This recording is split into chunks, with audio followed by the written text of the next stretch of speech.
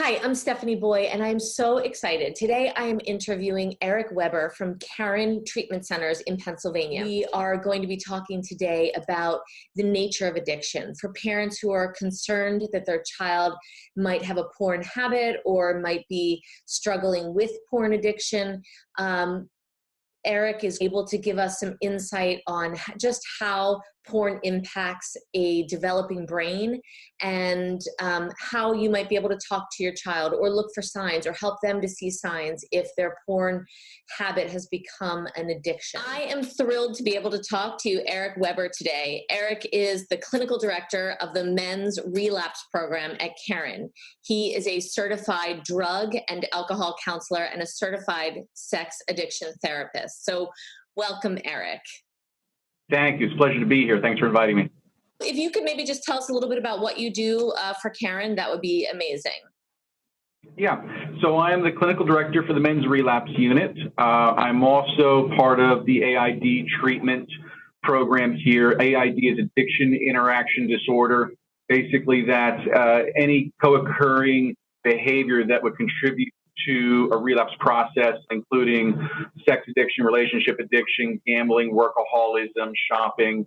So as a certified sex addiction therapist, I do a lot of work with people who do have pornography addiction or sex addiction or relationship addiction and really talk to them about how it complicates the relapse process.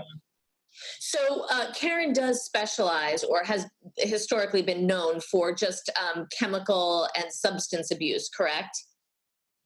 Traditionally, that's how we started 60 some years ago, was as a place where somebody could come and get help for alcohol in specific, eventually began treating drug addiction as well.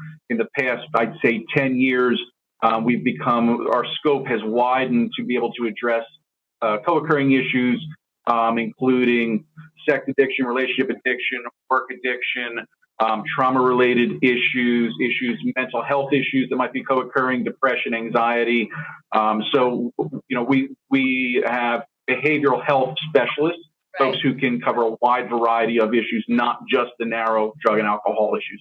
So how often do you see somebody who's coming in who may have an addiction that's maybe, would you call that a behavioral addiction, something like gambling and porn and things like that, that comes in with a behavioral addiction as their primary addiction?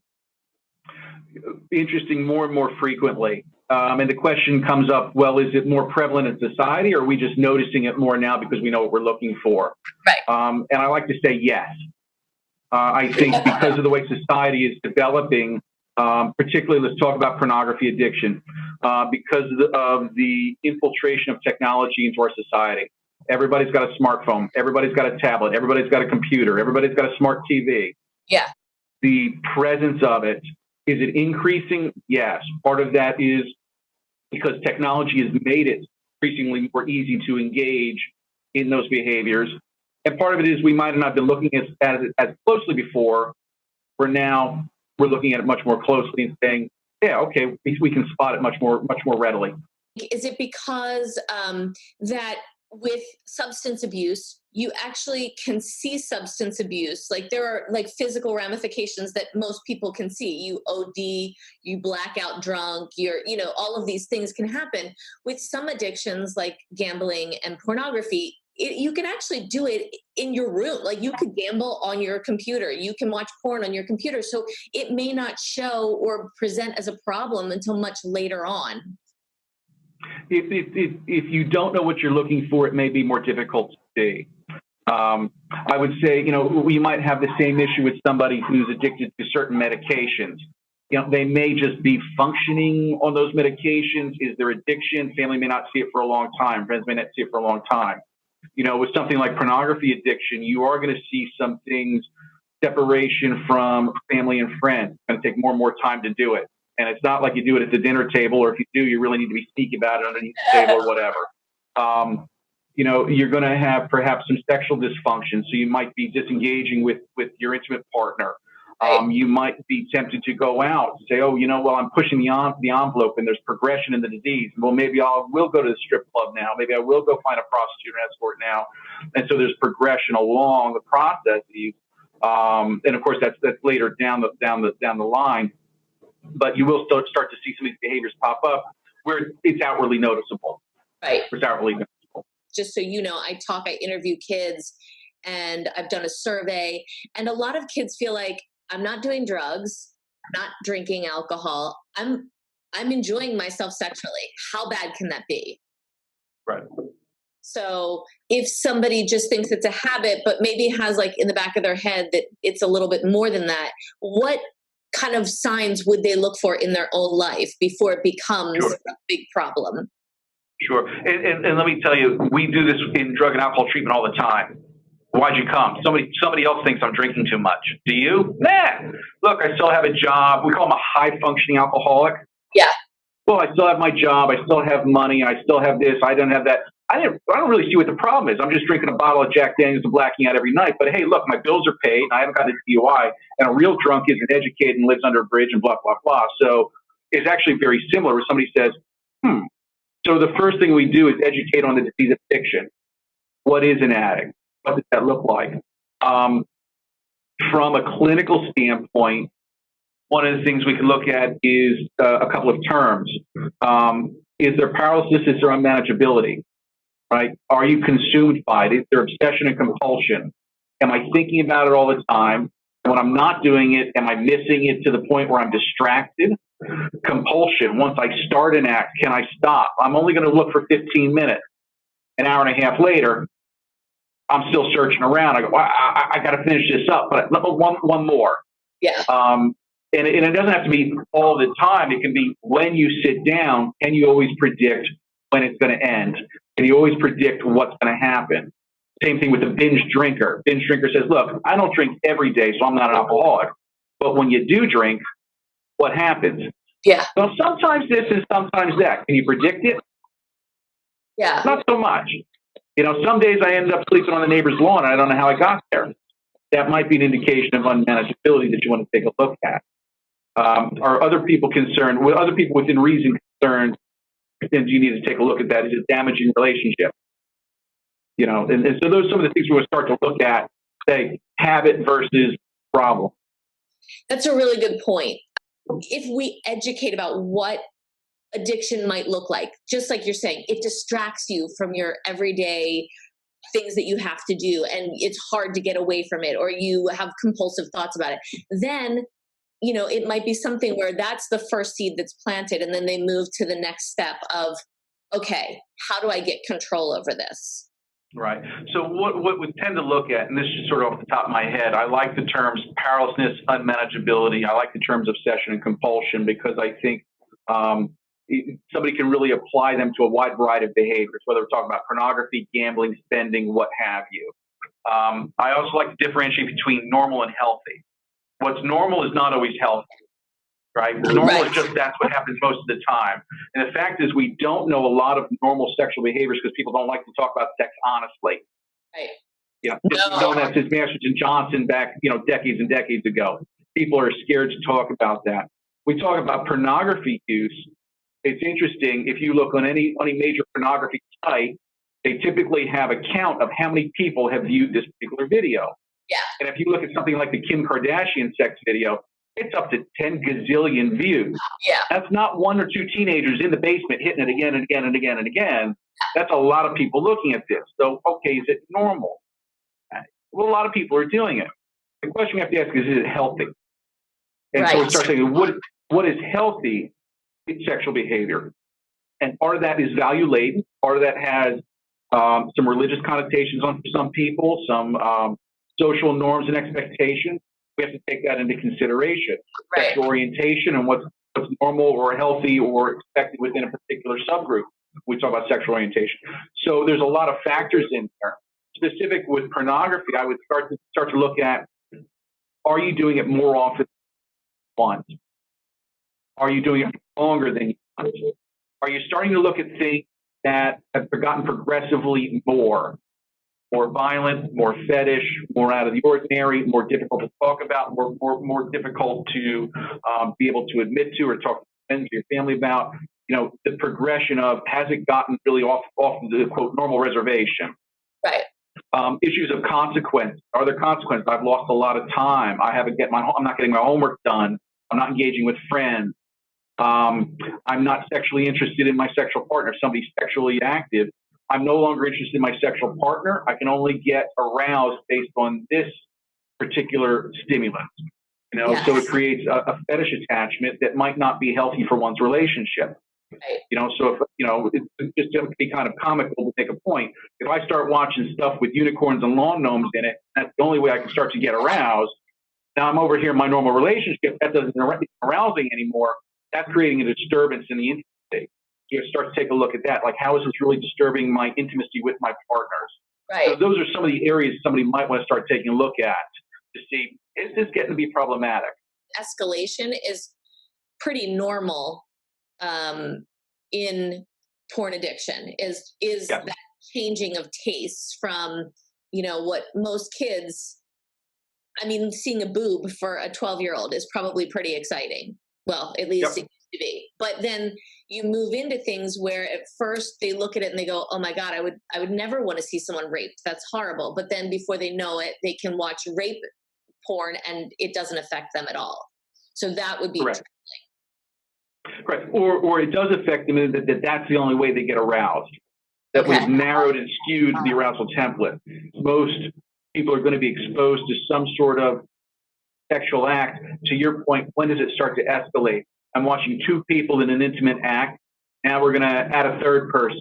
Well, is that kind of normal or not? Is that healthy or not? I don't know.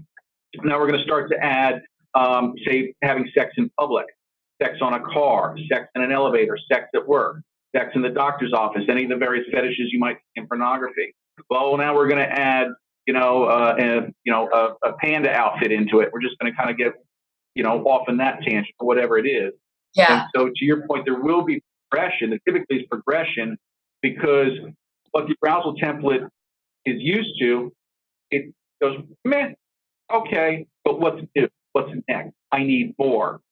So just like the alcoholic needs more, just like the drug addict needs more, the pornography addict is going to need more. And whether that's time, intensity, violence, fetish.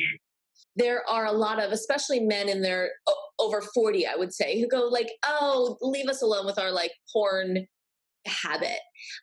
Because I think they don't really see what the difference is, between like the way that they grew up, like you're saying, like looking for the Victoria's Secret catalog and, maybe having your dad's Playboy, right? So, but there's a difference when you have it 24/7 and you're young and you have the time and it's literally like a loop that you can watch, or not even a loop, like that you can watch, have 12 screens open. So how is that playing differently on a child's, like a developing brain today than say it was 20 years ago? Because this is only been available, by the way, since 2005. So. Yeah. And I think to your point, the technology offers, when you had your dad's Playboy, it was a visual thing. That's it, one sense. Now with a video screen, there's visual, there's auditory, interactive. So we start engaging. There's also the, on any pornography site, well, if you like this, you're going to like this. So there's that seeding of figuring out what your arousal template is, and we're going to go more and more and more. There's also the menu. Well, I'm not in the mood for this today. I think I'm in the mood for this today. And there's a large menu for whatever your arousal template might be. And so there's much more fine tuning of what that arousal is going to be, and for it to sort of get triggered. Plus, to your point, you have a screen. Most people have a screen, television, computer, phone, tablet in front of them all the time. Yeah. There's nothing wrong with masturbation. Masturbation is good, right? It's the porn kind of script that's not healthy, or the addiction to it that may be less healthy. But they feel as though they can't get off or masturbate without pictures, without a video.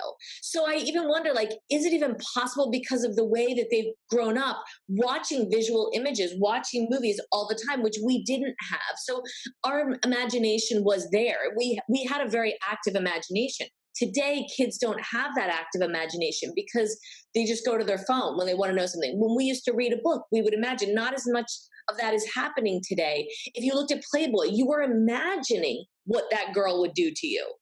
There is none of that. You get to see it, and a lot of pornography is shot point of view. So you really feel like you're in it, and it's you. There's a difference. So Absolutely. How does that affect us differently, or kids differently? Well, I think to your point, if we start to get to a point of dependency on pornography in order to have a climax, and that's something that's relatively common, to be honest with you, that the arousal template gets linked with a visual cue. Now, there's treatment for that. The fact is that within a relative age development, post-puberty, and then to whatever age, we're still reproductive. Your body's going to have a natural inclination to reproduce, going to have a natural inclination to get aroused. If you take that away, eventually your brain can reset. Your arousal template can reset. The problem is the ubiquitous nature of it. Pornography is all around us. It's so accessible. To get somebody to do that, we have to do a lot of work with somebody in order to set up constraints so that, and I may tell somebody, look, you're not going to have sex, you're not going to masturbate, you're not going to do anything for 30 days. After about day 5, a lot of anxiety comes out. A lot of anxiety. A lot of sleep disturbance. There are withdrawal symptoms. Sleep disturbance, appetite disturbance, mood disturbance, irritability. In inpatient treatment, I can get somebody really cranky in about 5-7 days when I say no masturbation, no pornography, no nothing. What's interesting is then over time, how their arousal template can reset, that they can get aroused and achieve climax without the aid of that video screen. A visual aid. Yeah, so we can do, and it might take some time. I mean, I've had people prescribed, for lack of a better term, prescribed abstinence, no sexual activity for 2 months, 3 months, and basically the biology of the body goes, wait a second, yeah, we're ready. That is really ready to go. That's really exciting to me, because I do think that there's a lot of boys who are like, absolutely not. I'm like so connected to the visual. And I always say, like, you have to have that healthy imagination, but it's nice to know that your body, your biology by design, you are meant to reproduce. But reproduction means erections, sex, climax, all of that stuff. So you will ultimately go back to it. It may take a little while, but I think that's important for them to hear, because I really believe they are committed to this idea that the visual, the video, and or the pictures are super important to them being able to climax and masturbate. Yeah, absolutely. Our biology is a hell of a lot older than technology. Yeah. And that, I mean, our biology is a hell of a lot older than technology. So our biology hasn't changed that much. Well, the problem is the biology is getting affected, but I don't believe permanently at the moment. Maybe a couple of generations, I may have another comment, and bring me back from the dead, I might have another comment about it. But today, I think we're at a spot from an evolutionary standpoint that we're doing permanent damage, I would say. 10 years, I may recant that. Yeah. But right now, I think we're looking at, and my experience has been, if I have somebody who's absolutely, quote, addicted to their screen, I can get a withdrawal profile in 5 to 7 days, and then some recovery principles a couple of weeks after that. And eventually somebody say, look, I'm not having the obsession. I'm not having the compulsion. I don't feel powerless over it at this point. Now, I give them their phone back. They may start to, it's like handing a bottle back to an alcoholic after a month and saying, here, don't drink. Maybe not smart. Because you need a smartphone for so many things more than just watching porn. So the temptation is always there. You have to be very strong in your willpower. Yeah, well, you have to be strong in your recovery process. It's like an alcoholic going back, say, to New York City. New York City, you got a Starbucks on one corner and a bar on another, all over Manhattan, right? True story. So I sent a recovering alcoholic back to New York. He says, well, she says, how am I supposed to do this? Well, the fact is you build a support network. How do you feel walking past the bar? I want to walk in and drink. Call somebody. Talk about it. Do your step work or whatever your program is. Porn addiction is very much similar of what is your recovery program going to look like? Who are your support systems? What is going to be healthy for you? Who are you going to surround yourself with? And you work through those issues of early recovery, just like you would from heroin addiction, alcohol, workaholic, whatever. It's time to get a flip phone, maybe. Yeah, well, we've done that. I've actually had patients where I suggest get a flip phone, take the temptation out. There's apps you can get for your computer and for your tablet that will self-regulate, will block. Oh. You can't, now you have to volunteer to do it, obviously. It's like a gambler signing up for, put me on the do not refer list, and if I walk into a casino, arrest me. You need that motivation to do that, but there are checks and balances to help with that. Another piece of it is, look, work a program, get a sponsor, figure out who can support you in, hey, I'm struggling not looking at pornography. And rather than somebody go, just get over it or be stronger, to say, hey, I get that, and this is how I work through that. Maybe this will help you, or hey, just talk it out. You might feel better, just kind of getting some of that anxiety out. Yeah. For people who think it's not possible to have a porn addiction, it is, or is it not? Yes, it's possible to have a porn addiction. Period. Simple. That's it. You can have a porn addiction. Whether porn is good or bad or healthy or not, it's much like alcoholism. Alcohol in itself is not the only issue. And for about 85% of the population, they can have a drink, nothing happens, they go home. They can have 2 drinks, hopefully don't drive, but they can go home. They're not ending up with DUIs, they're not ending up in divorce, ending up with liver failure, cirrhosis, esophageal issues. They're not having consequence. For the percentage of the population that is genetically predisposed to addiction, they're probably going to have a problem with alcohol. Same thing with pornography. Pornography, I don't think is good or bad, but if you have a genetic predisposition to addiction, it might not be good for you. Might not be healthy for you. So I think people say, look, let's not blame porn. Let's keep it in perspective. Right. For somebody who's going to have a problem with the substance is going to be an issue. For somebody who doesn't, they may not see it as such. If I have a non-alcoholic brother who says, look, I can have a scotch, I drink every other month, or I drink once every 6 months. I don't get it why you can't just put it down. Yeah. I have another family member who's like, look, I'm an alcoholic. I can't handle it. 2 different perspectives and 2 different reactions. But the difference is in between years. The difference really is about brain-based chemistry, limbic system, midbrain. That's where the addiction sits. And that's really where we need to take a look at when we say, is it addiction or not? Has the limbic system dysregulated or not?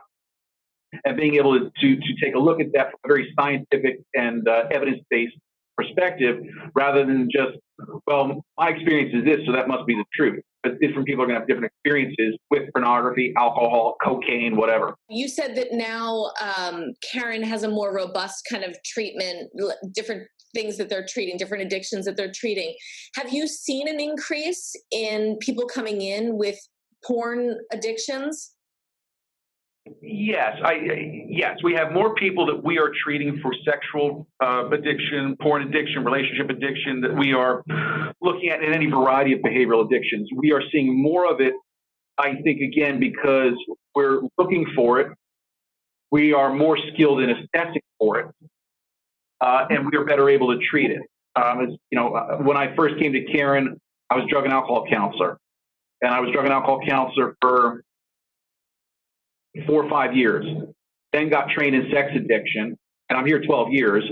So by math, I've been doing sex addiction treatment for about 7 years now. And so I'm able to better see it, assess it, know what I'm looking at, know protocols to follow at this level of care. So yes, we're seeing more of it, and I think for a variety of reasons. Technology. Technology has absolutely increased, I think, the prevalence, the ease. We're going to see more and more of it. And also, sex problems have always been there. Since like Adam and Eve, we've had sex problems, right? Yeah. But the evolution of them based on society, and how society has evolved. I think we're seeing different sex issues. Yeah. That we might not have seen before. I think it's important to hear from somebody who understands how the brain works in addiction. So could you tell me what happens? What happens in addiction? What makes someone want to go back to the same thing? Like, obviously there's a desire to see something and be sexually gratified. Let me get a prop that'll help. Okay. This is one of my favorite props. I hope you show the camera. Here's your brain. I'll cut your brain in half. As one of our medical directors used to say, I'm going to give you a piece of my mind.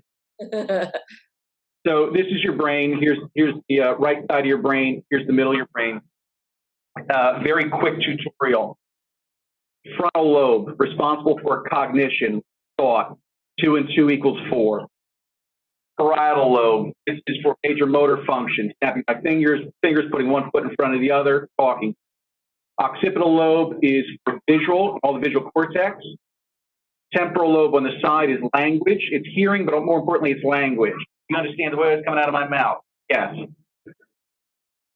This little squiggly piece in the middle here is the limbic system. This is midbrain. This is the emotional control center. It controls the F, fight, flight, food, fornication. All right. This is the part of the brain which says, "What's wrong with you?" Like, what's wrong with the alcoholic? I'm a diabetic. My pancreas hurts. If I have cancer, my cells are mutated. As an alcoholic, an addict, the limbic system gets dysregulated. The limbic system doesn't think. It only emotively reacts. So when your ancestors and my ancestors walked down the path in the woods and they saw a stick that looked like a snake and they startled, that's their limbic system saying, "Freeze, you might be in danger." Because that worked, we're here today, right? That's the basics of it, right? This says procreate. That'll be good for you because you pass those few genes, right? What happens is when you watch your favorite television show and you laugh, this gets activated. When you have chocolate ice cream, this gets activated. Your comfort food activate this. Sex activate this. Cocaine spikes the living heck out of it. Methamphetamine, it's like a nitrous system, right? Alcohol triggers. What this does is trigger neurotransmitters to feel good. So what happens in addiction is this gets dysregulated. I like broken, dysregulated is a better term. So somebody says, okay, favorite episode of Seinfeld, still spiking dopamine. Favorite episode of Big Bang, still dopamine. Cocaine, huge spike. Meth, huge spike. What happens in addiction is once you have that spike, it doesn't go back to level. It goes up and down and up and down, and it's dysregulated. The neurotransmitter action is dysregulated. And that is the objective experience of obsession, compulsion, craving. All right. So when I'm watching pornography, this gets activated and it starts to spike, and then it gets dysregulated. And as that line goes down, I need more. So that vanilla 2 people missionary position Tuesday night lights out isn't cutting it anymore. I need something a little more arousing. I need something a little more dangerous. I need something a little more. And so that is the nature of addiction. If you took me to a blackjack table, I'm going to get spiked. I'm not walking away. Yeah. So when we talk about addiction, any addiction we talk about is going to be a dysregulation of that little piece of the brain right there. That's basic biology. I hope there's not physiologists out there cringing, but that's the basic. That's the basics what we're looking at. Let's just say you're not even addicted to porn, but if you have a habit, it's why other things, like you were talking about the Seinfeld episode, was just a little tiny, blip. In that way, sitting and chatting with your parents downstairs in the living room is like the slightest little blip. It's not funny. It's not anything, but all of that stuff that is not producing as much of like a dopamine release, I guess, is right. registering as the smallest little blip. And I mean, the nature of human beings is we want to experience good things. Like that's just that programming that's in the limbic system. Right. Exactly. And for different people, different things are going to spike. Look, I love golf. My wife doesn't. So I hit a great golf shot. I get a big spike of dopamine. I watch the Golf Channel. I start to relax. I watch the Golf Channel. My wife leaves the room. So different people have a different reaction to different substances and behaviors. So, somebody who's a gambling addict walks into the casino and they get that big dopamine spike from the limbic system. Somebody else walks in the casino, they're like, it is too bright and too noisy in here. I'm going to the beach. Yeah. And so, we don't have solid predictors on exactly what somebody might get addicted to, but it's all related to the limbic system, the neurochemicals that it controls, and the regulation of those neurotransmitters, and the dysregulation of those neurotransmitters in addiction. I mean, that's kind of the basics of it. And whether we're talking about pornography, whether we're talking about actual sexual intimacy with of course, with another human being, whether we're talking about gambling, shopping, everybody kind of has this kind of sideways laugh about shopping, but the fact is there are some people that are completely crippled and they have got Amazon and they know their credit card number and they're just on that computer all the time because it's an escape or it's a salve or it's a high or it's whatever they need. And so, narrowly talking about pornography like you are, there's some people who are going to get hooked on it. They're going to go, I'm really not interested. Is there a different impact on a developing brain when they have maybe a porn habit or they see porn or any kind of addictive substance? Well, I think, and I'm not, we're right on the edge of my expertise. So what I would say about developing brains, what we know is that earlier in developmental stages, there's neuroplasticity. And so the developing brain is designed to be imprinted and for connections to be made much more easily. I mean, do you want to learn a language at 5 or 55? Right. My guess is it's easier to learn a language at 5. So if there is a chance of dysregulation, you're putting connecting things. Well, orgasm is connected with visual stimuli, and that's imprinted earlier rather than if I only start watching pornography at 55 years old. It's not to say I couldn't get addicted to it, but the neuroplasticity is going to be a little bit less. There's still neuroplasticity, but it's not going to developmentally and biologically and evolutionary. It's not going to be as much. Plus, in a teenage brain, the prefrontal cortex is still not really developed as much as, say, when they're 25, 26, 30 years old. The one thing we do know is that the prefrontal cortex, which is the epicenter for right and wrong, good and bad, social norms, really higher level social norms. So when we introduce a potentially problematic stimuli, when that's not fully developed, I think you're risking bigger problems. Someone explained it to me that the limbic system, which is inside, which is what's being stimulated, is like the gas pedal. And the prefrontal cortex, which you're saying isn't fully formed until they're 25 or 26, is like the brakes. So Yep. It's like asking someone to use brakes to stop themselves from something that they don't even have the capability really of doing until a little bit later in their life. Yeah, it's like driving a Ferrari with the 10-speed brakes. Just ain't cutting it. Why would I put bicycle brakes on a Ferrari? Not all that smart. In your opinion, is the impact to the developing brain proportional to the amount of porn that a kid has consumed? So a parent who's concerned, like, oh my God, I now see a 6-month history of my, 13-year-old watching pornography. Is there a reason to be concerned if that time frame is 6 months versus 2 years that you haven't figured it out? Right. No, I appreciate that. Yeah. I don't know definitively, but I would suspect, like any introduction of an unhealthy substance, are you drinking for 6 months? Are you drinking for 2 years? If I'm drinking for 2 years, 20 years, chances are it's a bit more ingrained. Especially in a developing brain.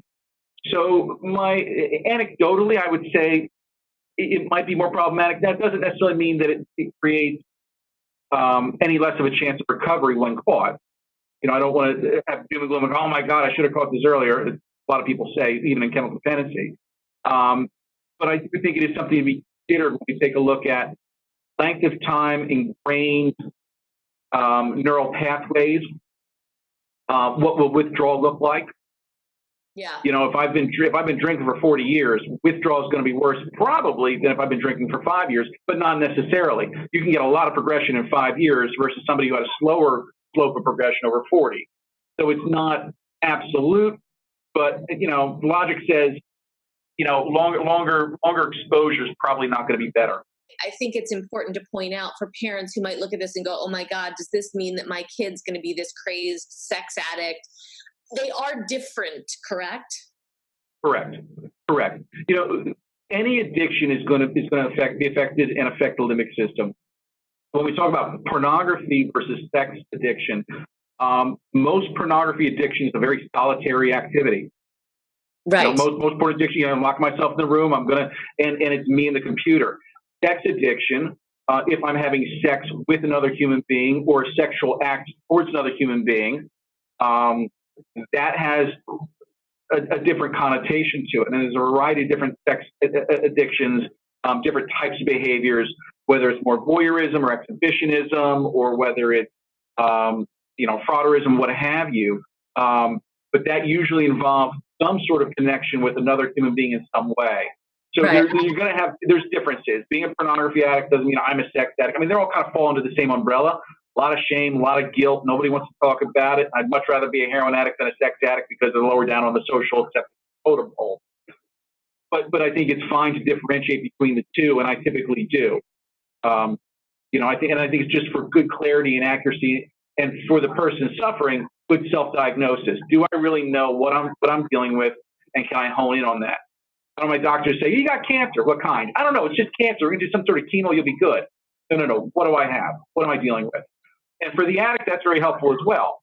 Addiction is addiction. But if I say, look, I have an addiction to pornography, does that mean I'll never have a healthy relationship because I'm a sex addict? No, you have an addiction to pornography, and if you deal with that addiction and get healthy, you probably will be able to have a healthy, intimate relationship, on the other side. As I said, I talk to a lot of kids, and one thing that boys have mentioned, if they do feel as though their porn habit has gotten out of control, is that they are isolating. They are in their room a lot. They are doing these things, and it does lead them to depressed feelings and things like that. I think by its very nature, just to reiterate what you were saying, by its very nature, it is a solitary act. It's dangerously solitary a lot of times. From my understanding of talking to kids, it builds up a fear in them of that engagement for any number of reasons. And I don't know if you've come across this, but it could be because they are having erectile issues, because there is only one type of porn that excites them. And they have that fear. They have body dysmorphia a lot of times. They feel like, oh my gosh, I don't have an 8-inch penis like the guys in porn. And so it actually keeps them from engaging with sexual partners.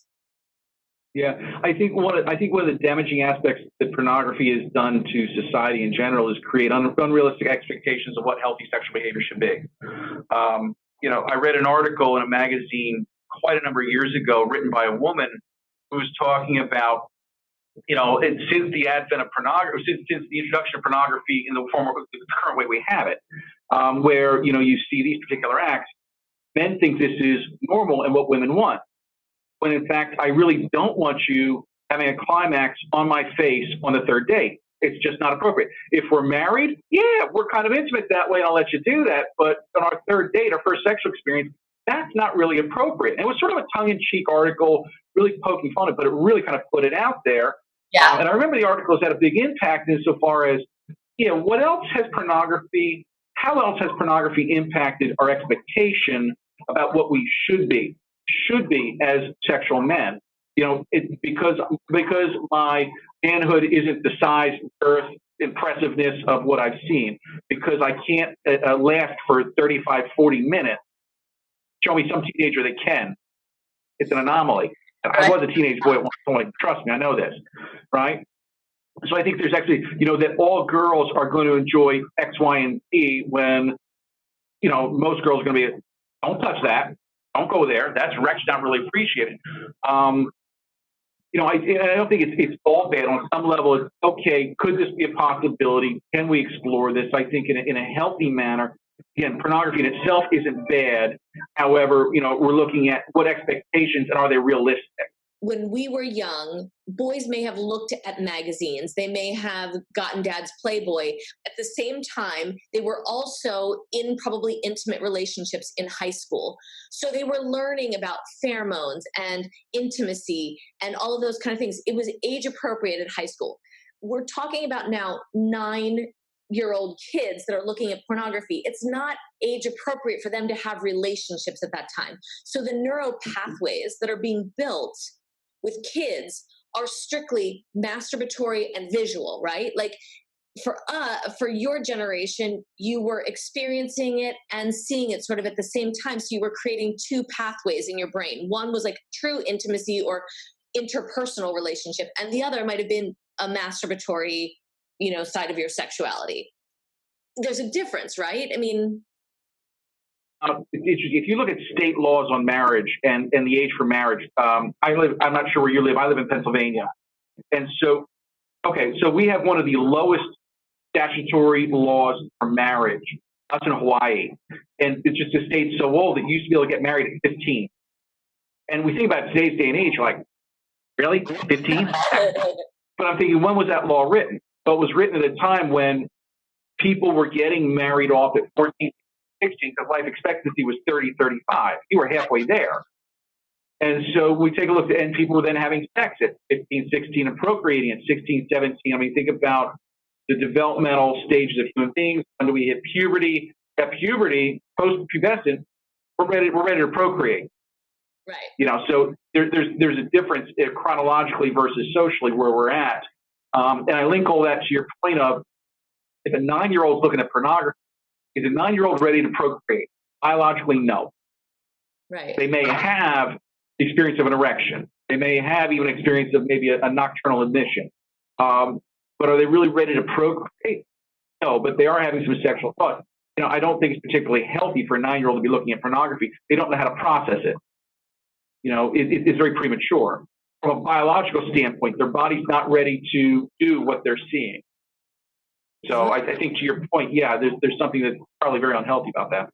But isn't there also something unhealthy about, if that's said, like, let's just say a kid is watching pornography from the time they're 10 and they're not having their first sexual experience until they're 17, having just a masturbation life for 9 years, or 7 years, seeing something so extreme, because in what you can see, it is more extreme than a Playboy where it's just a girl with her legs spread.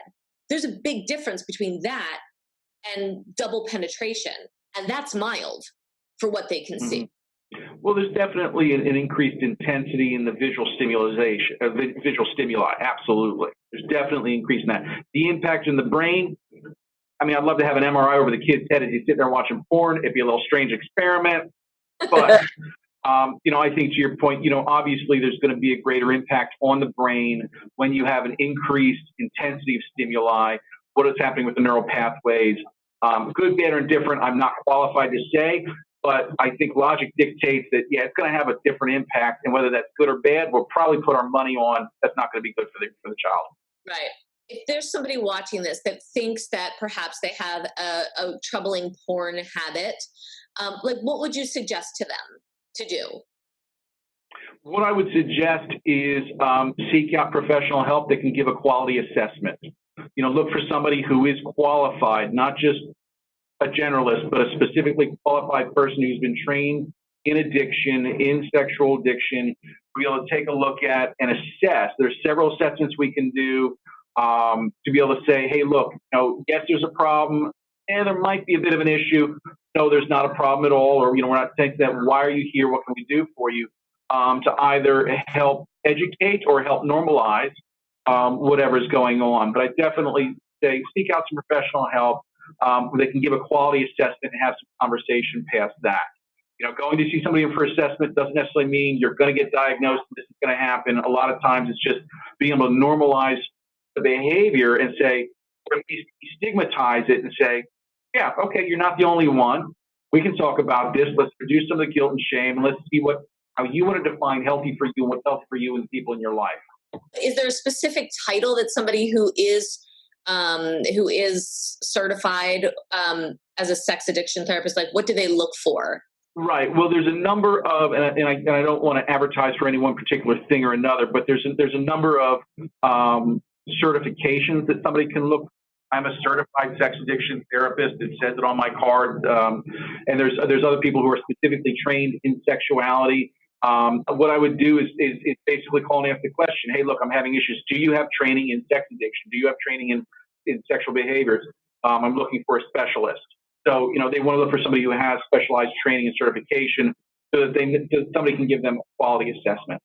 Awesome. Thank you so much for your time and for everything. I'm really excited about this information. You're quite welcome. It was my pleasure. Anything else I can do for you, feel free to let me know. All right. Take care, Eric.